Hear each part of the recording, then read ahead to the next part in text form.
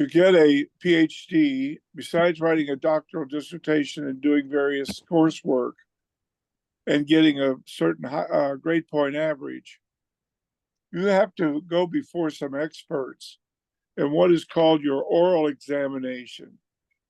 And you have to show your ability to be an expert, to know the field that you're in. If you're getting a PhD in theology, then you've got to know about theology. If you're getting a PhD in theater, you got to know about theater.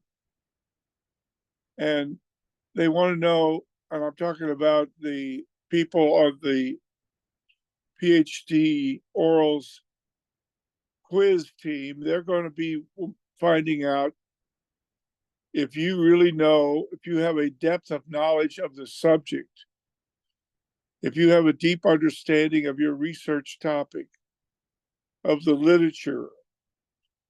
Have you read? You have to be able to read in more than one language. You might have to read certain things in Greek. If you're getting a PhD in theater, you may have to read the Poetics of Aristotle in Greek.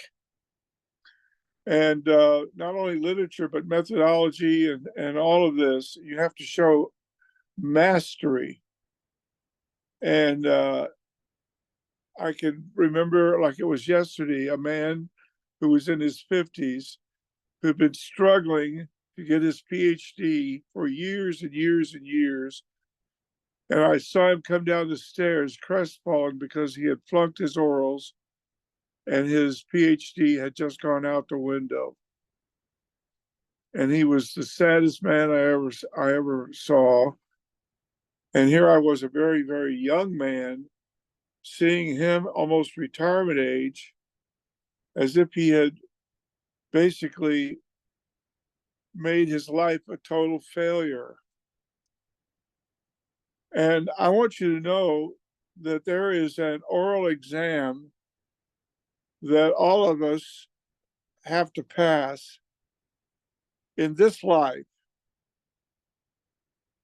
And to not pass it and to leave this life with failure in this area is a catastrophe much worse than not getting a PhD or whatever.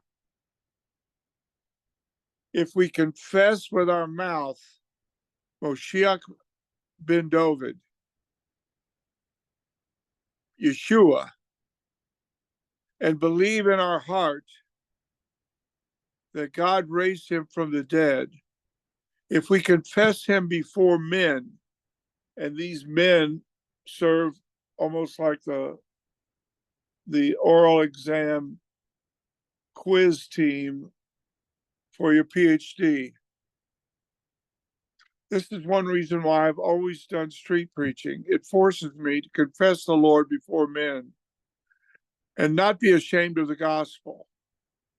And no matter how hostile the passersby might be, it's doing something for me that it may not be doing for them. They may not think I'm such a great street preacher, and they may not want to listen to me at all.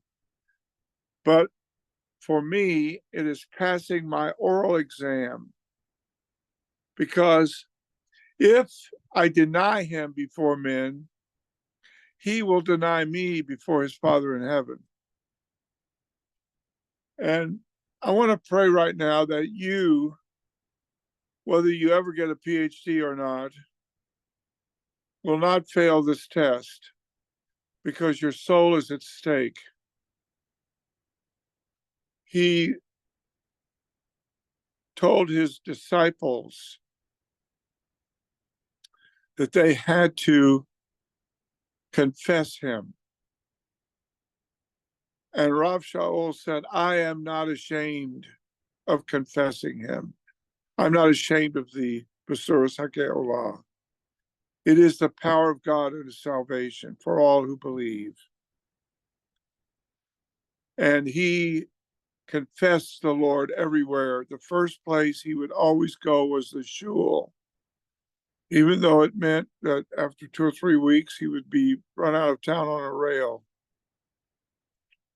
he usually found some people there who came to faith, and they formed another kind of shul, a messianic shul. And then he went on to his next stop in his journeys around the world for the Lord. And Lord, I want to pray that we will confess you before men, that we will not be ashamed of the gospel, that we will not be ashamed of you, even though people were ashamed. It says they turned away. He was like one that you turn your face away from. So marred was his face. We couldn't look at him. We thought he was accursed of God, but he was wounded for our transgressions. Lord, I want to pray that someone will receive you tonight, that they will turn from their sins. Lord, I confess that I'm a sinner. I ask you to forgive me tonight. And I ask you, Lord, that you would cleanse me by the blood of Jesus. A righteous man might fall down 7 times, but the Lord will pick him up. Pick me up, Lord. All my righteousness is like filthy rags. Give me the righteousness that comes from faith. Abraham believed God, and God reckoned his faith to him as righteousness. Mashiach ben David, come into my heart, forgive my sins, take control of my life, and I will serve you and follow you all the days of my life.